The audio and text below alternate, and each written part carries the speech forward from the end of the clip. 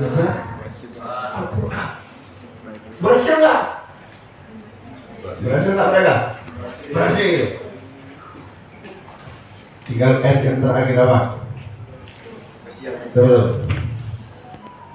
Tadi S yang pertama si lagu nyanyian. S yang kedua set.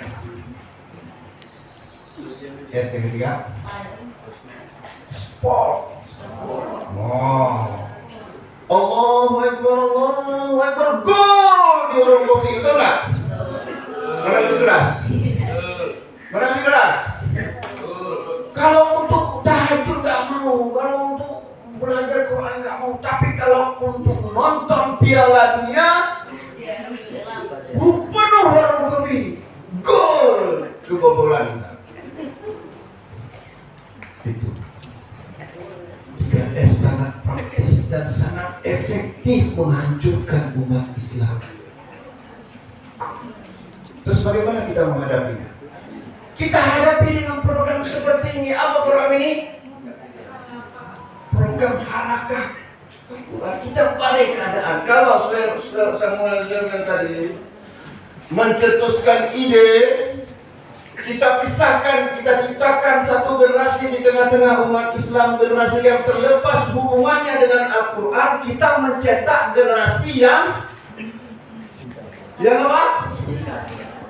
Yang terhubung dengan Al-Quran. Paham ya? So, itu yang pertama. Yang kedua, orang yang belajar Al-Quran itu akan kaya. Percaya nggak? Apa buktinya? Orang yang belajar Al-Quran akan kaya. Apa buktinya? Perhatikan ayat ini. Fussilat ayat 4. Huwa lilladzina amanu hudan wa shifaa'un. Al-Quran itu bagi orang-orang yang beriman adalah hudan, petunjuk, wa shifaa'un, obat. Oh? Obat. Walladzina amanu wa tatma'innu qulubuhum bi dzikrillah, ala bi dzikrillah tatma'innu qulub. Orang-orang yang beriman, orang-orang yang menenangkan hatinya dengan mengingat Allah. Allah kata Allah, ingatlah bi dzikrillah tatma'innu qulub. Dengan mengingat Allah hatimu akan tenang. Apa maksudnya? Apa maksud doa ini?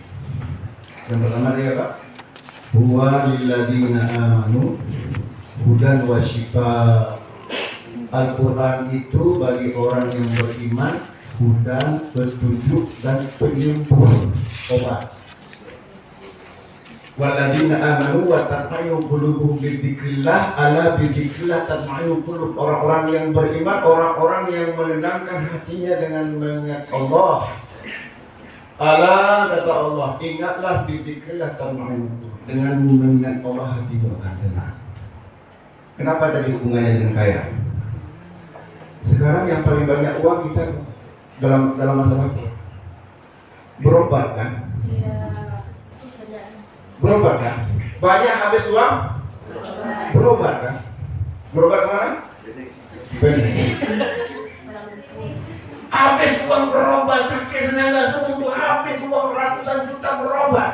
Ternyata kalau kita dekat dengan Al-Quran, kita sembuh dari penyakit.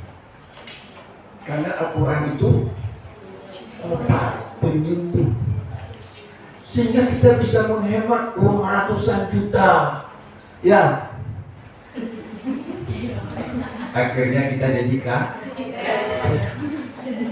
Nah, sekarang bagaimana Al-Quran itu jadi obat? Apa lantas kalau kita kena penyakit kurap, misalnya kita baca Quran sembuh?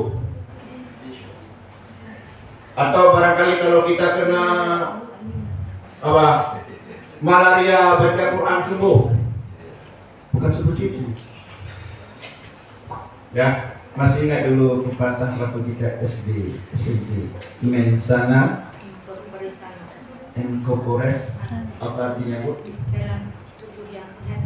Jiwa yang Kalau kita balik, dalam jiwa yang sehat, tubuh yang sehat. orang sakit mah kenapa? Gila.